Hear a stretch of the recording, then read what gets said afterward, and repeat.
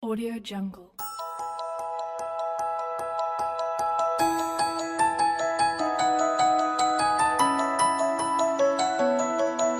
Audio Jungle. Audio Jungle.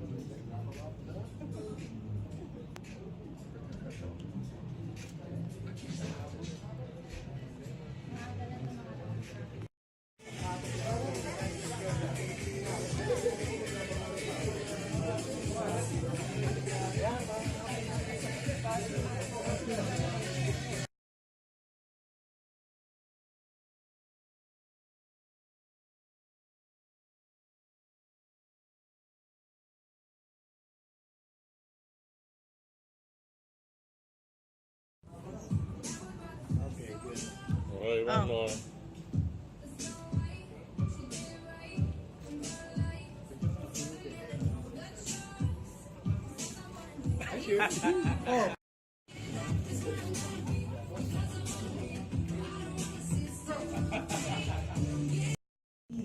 From the previous press con that happened last October, alam ko po, tayo-tayo po ulit yung magkakasama. Sino po yung mga last time na nakasama namin sa...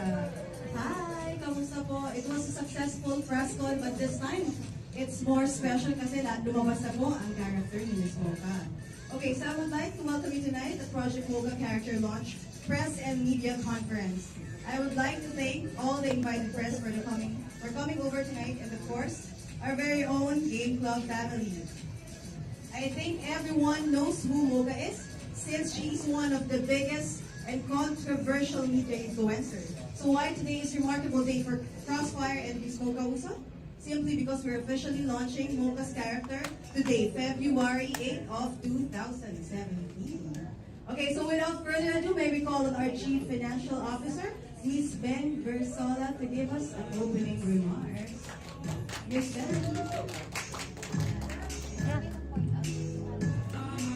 Good evening, everyone. We're here again to welcome you to this special press con. In behalf of Smile Gate of Korea and its wholly owned subsidiary GBTA, our Chief Executive Officer and President Mr. Chan O, our Resident Director Mr. Patrick Choi, our General Manager Mr. Ted Kim. Where are you, Ted? What's up? We welcome everyone tonight and all our media friends who have returned to watch this special launch of Project Mocha. Welcome everyone and have a pleasant evening ahead. Thank you for coming. Alright, thank you, Ms. Beng. And also, I would like to announce that our official hashtag is hashtag Project Mocha. So, sana po tulungan niyo po kaming maging viral ang aming hashtag, of course, for our project. Okay, so we're ready for one video episode. Ito po yung ginawa ng Game Club together with Mocha Girls and of course the entire production. We're trying to actually have this mini series. So, panoorin niyo po ito. It is not the first time that Filipinos are featured internationally in video games, especially mainstream ones. However, the Filipino gaming industry has finally reached another milestone record in the local gaming community. A Filipino artist being made into an online game character is definitely a praise for our local talents. Let's dive into the world of Crossfire and see the process and creation of Project Mocha. There are a lot undeniably one of the most sensational celebrities in the Philippines today. She is not only a lead singer of the most popular girl group in the Philippines called Mocha Girls, but she is also a big social media influencer in the country. It's the fierce look and versatile personality that makes Mocha Uson fit for the role of a Crossfire mercenary. Mocha Luzon was first introduced to Crossfire last May 2016 during the signing of contract for Project Mocha. Super happy ako to be a part of this project, and I think this also reflects my personality. Strong, matapang, aggressive. Kaya this is my first time to play this, pero tingnan mo, ang dali lang naman yung laruin at wala ng stress. That same day marked the beginning of a new chapter for Crossfire Philippines. Now let's take it back to last October 2016 for the first press conference of Crossfire with Mocha Uson. Mocha was not only introduced as a brand ambassador, but also the new face of the game and a soon-to-be character of Crossfire Philippines.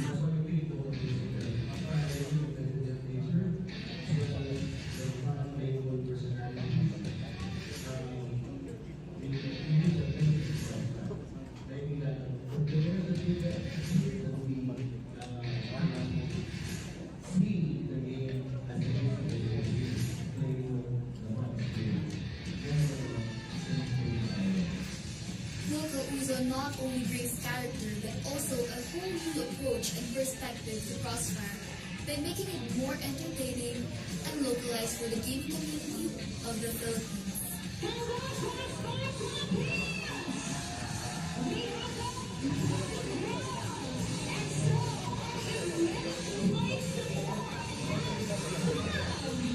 Certainly, this event will leave a massive impact and revolutionize Crossfire's gameplay in the Philippines and make it more experiential to its gamers and audiences. On the next episode of Crossfire Project Mocha, watch out as we dig deeper into the creation of Mocha's character by catching a glimpse of the photo shoot and voice recording. Crossfire's Project Mocha is brought to you by Smagate Entertainment and Game Club. Okay, that was just the first episode of Project Crossfire from the press. Is it your first time to actually play Crossfire? It's your first time? No? No. So, how was the experience though? Okay naman. Ano pong feeling na nalalaro ninyo mismo ang ating kababayan na si Miss Mocha Uson? It's different, right? I wish I could do more. You wish I could do more, yeah. Actually, it's really overwhelming on our part, especially us, Filipinos, of course. Hindi lang po malalaro. Again, si Miss Mocha sa Pilipinas, but also worldwide. Okay? Alright, can I invite Mr. Jared to actually have a short tutorial of Crossfire? This is going to be just quick tutorial. Hello po, good evening. I am Jared Bargan po, Marketing Associate po of Game Club. So tonight I'll be showing you a quick tutorial on Crossfire. So first, just a brief background of Crossfire. It all started in October 2009. It now has over 5 million users and 400 million registered users. It's now available in 80 countries such as China, Vietnam, especially in the C region. It was also titled the most popular online game in 2013. So, yung mga nakalaro po kanina ng Crossfire, syempre, the feeling of playing Crossfire, it's a really fast-paced game. It gives you that intense feeling, that competitive vibe. And syempre, di mawawala po yung fun experience as you play it.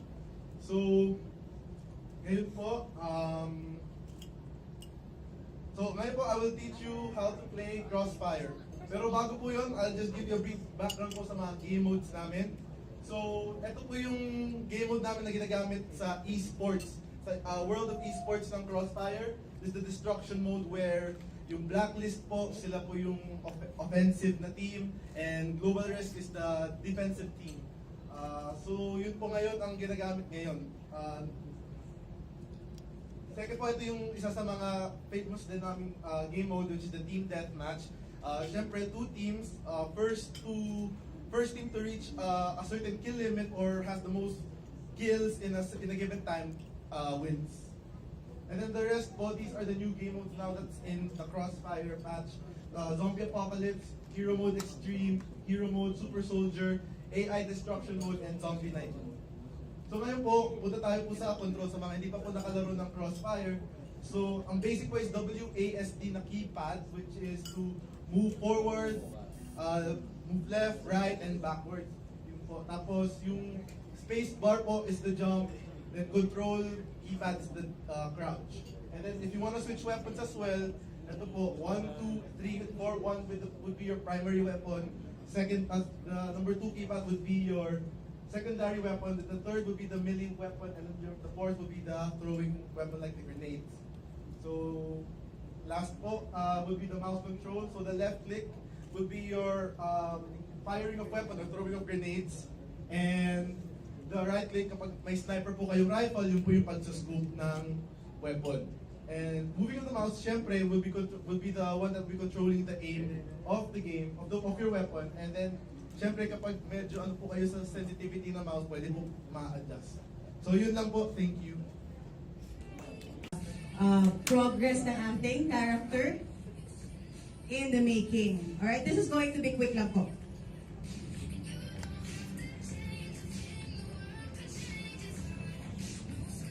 Okay, for Crossfire recap, first region to launch Crossfire was in Vietnam in March 2008. Available countries, South Korea, United States, United Kingdom, Canada, Brazil, Latin America, Europe, Japan, China, Philippines, Indonesia, Russia, Taiwan, and Southeast Asia. Some of the playable characters for Crossfire, namely Natasha Ghost, White, WCZ, SOV, Viper, Sable, Matahari, S-Pop, White Wolf, SWAT, Elite, SWAT, S-Pop, X, SAS, OMOH, and Lady SWAT. Okay, so ito po yung mga celebrity characters. Ngayon, hindi na po sa Pilipinas, pati po sa mga ibang bansa natin. Okay, so in November 2013, if anyone of you is familiar with 2PM and Piece A of JYP Entertainment, two of the most popular boy group and girl group in Korea, were chosen to partner with Crossfire for a strategic alliance to promote Crossfire in South Korea. To introduce you, Tai Sikon, Nichikon, Junki, Suzy, Fei Min, Gia, and Woo Young. And in February 2016, Ngok Min is the third character in CF based on real-life celebrities after Miss A and 2PM. Okay, of course, ang pinakahihintay ng lahat, Project Mocha introducing Miss Mocha Uson, the new face of Crossfire Philippines of Project Mocha. Alright, so this is the actual and final character edit that has been created in the likeness of Miss Mocha Uson inside the game. The character resembles the actual look of Miss Mocha Uson and is ready for action. Smilegate Studio, of course, used Mocha's likeness as a basis for the character development, similar to other celebrities. The final image allowed creative department the artistic freedom to interpret the likeness in the development of the character.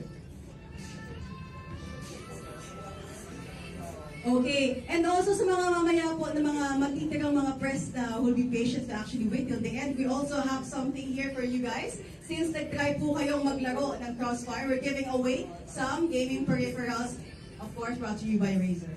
Okay. Ready na po ba kayong makakita ng dance number ng Mocha Girls and of course Miss Mocha Uson herself? Parang ano eh. O baka kumakain pa kayo, busy pa? Ready na? Ready na? Okay, so we'll give you one dance number. Please check out the video.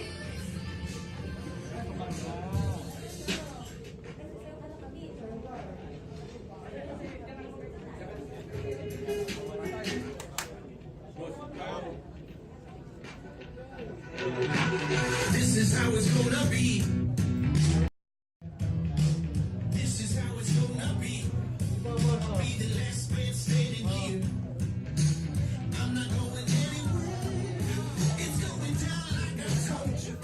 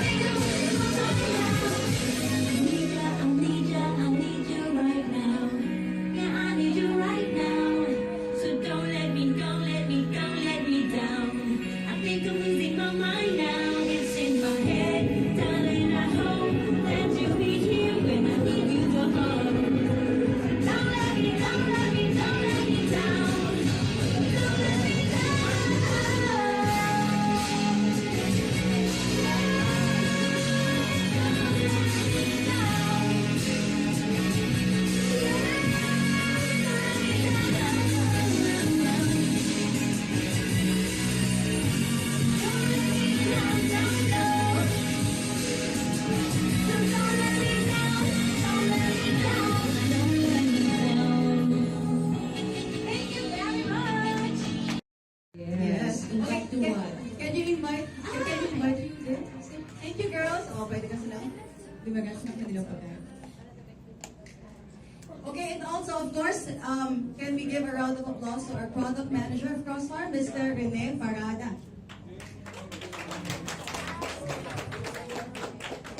So again, I would like to acknowledge the presence of Fleet Geeks as Geek.ph was a Pilipinas, GG Network, ABS-CBN, Arcadia, Hardware Zone, Remaru, The Geeks, GMA7, TV5, and Manila Times.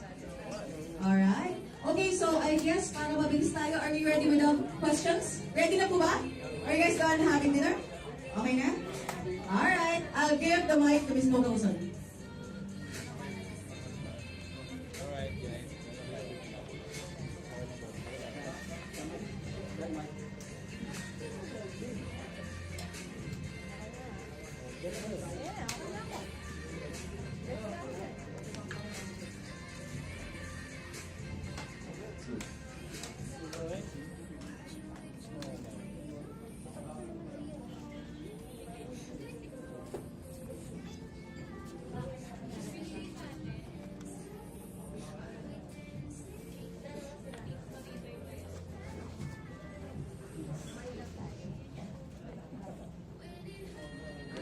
Okay, so Mr. Rene, would you like to greet everyone? Good evening. Good evening, everyone. Sa mga press people, media people that were there last October, welcome back. to Project Mocha. I hope you had you've eaten already and are having a good time. So now we're fielding questions. So if there's questions, you may now ask. Okay, I have here the mic. Sino pong unang magtatanong? Okay, thank you. Hi, Mama. Hello po, Hi, kumusta? Ross Rosario from Was of Philippines. Yeah, question. So you have seen your character. So are you satisfied with it or meron ka pang wish list na sana ganito, sana ganito? Very satisfied po. And I'd like to thank Crossfire Philippines for this project mo. Very satisfied with my character. Wala ka ba gustong baguhin or anything? Wala. Wala. Siyempre Okay proud. na. Proud Pinay tayo. You were part of the original yung pag-design ng yung design and appearance of your character. Were you part of it? They asked me kung ano yung character na gusto ko. And tama naman, the same lang kami ng idea. Strong, fighter. Not too sexy. Not too... Mm-mm. Okay, thank you. Thank you. Thank you very much, sir. For the management, since out na yung kay Miss Mocha, what do you think would be the impact of her nandun na sa game?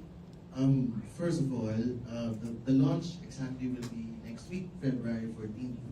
And the immediate impact that we are aiming for, expecting, is that we as a game is now more local.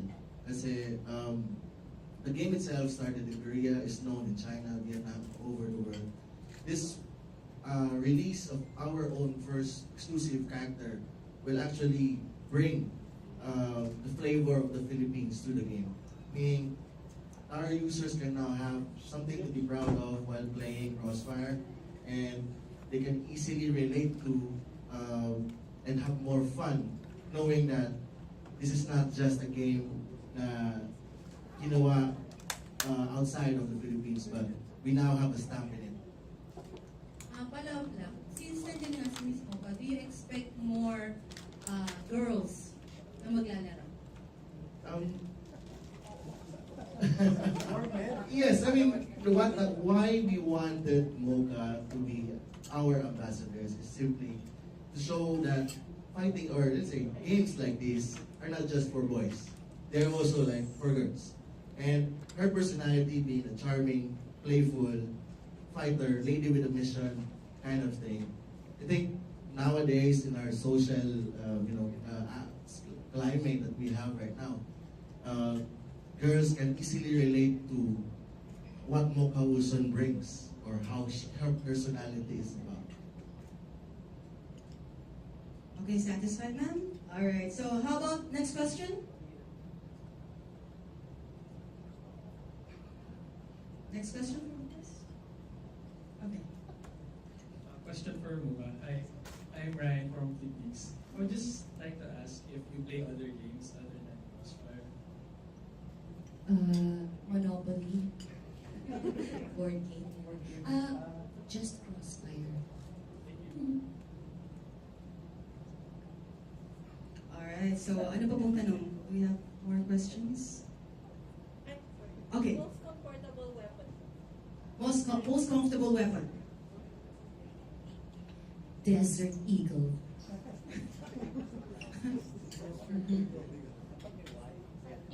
There's the one on the poster.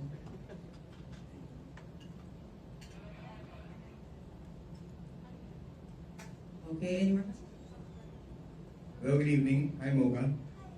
I'm Christian Mac from arcademap.com, so we're a cosplay and anime website. And I just want to ask, how does it feel wearing those military outfits, those costumes for the game? Dream come true for me because it has always been my fantasy to be an action figure, parang Lara Croft, Tomb Raider. So dream come true for me. Okay. How does it feel like wearing another costume different from your normal clothes? How does it reflect on you as a person? Open to everything. Experimental, Yes. adventurous. We in the cosplay community, we look up to different kinds of characters, both in fiction and movies and games, and hopefully we'd like to see someone cosplaying you in one of our events. Yes, definitely. With all the rest of the Mocha girls. Oh yes, we will send you pics of cosplayers cosplaying as you in the please. future. As Yes. long as it's wholesome, sir. Oh yes, very much. Thank you very much, Mocha, and more power to you and Crossfire. Thank you. All right, thank you. Next question, please. Do we have any more questions?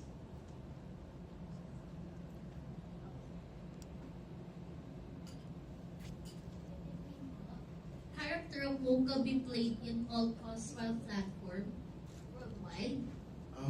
The plan is to have it exclusively in the Philippines first, and then let Smiley decide whether or not it will be released in other regions soon, or maybe in the future. Thank you. Any more questions? For Mocha Group and Game Club, okay. Hello, this is for Game Club. This is Hamson from the Geeks. I was just wondering, since Crossfire has a lot of skins, would the Mocha skin have any pluses or buffs compared to the other available characters, especially if ever in the other game modes as well? For now, what the Mocha character brings as an advantage over the other characters is more experience boosts. So if you play Mocha, you get 20% more experience while playing her. Okay, any more questions?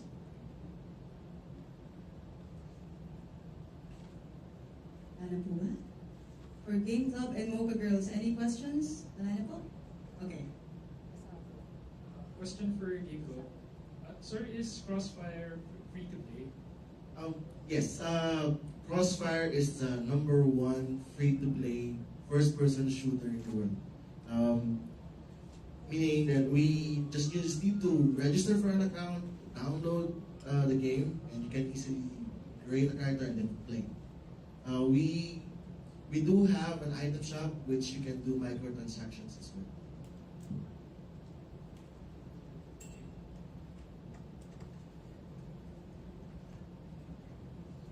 Last two more questions. Do we have more questions? None?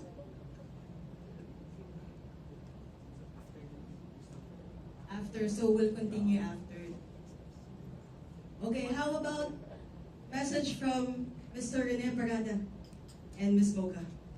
Right, before I give the final word to Mocha, for all who have been here, thank you very much. This is a culminating of more than a year's work for us.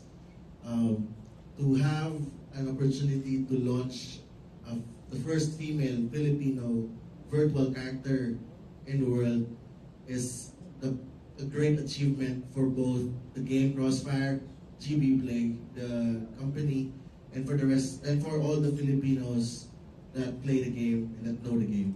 And thank you all for supporting the project. And I'll give now to Mocha also.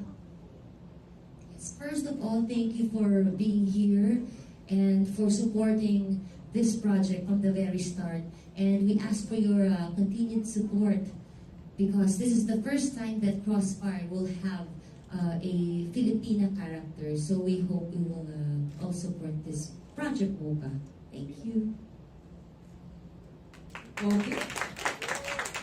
Of course, I would like to thank again Mocha Girls, Ms. Seika, Ms.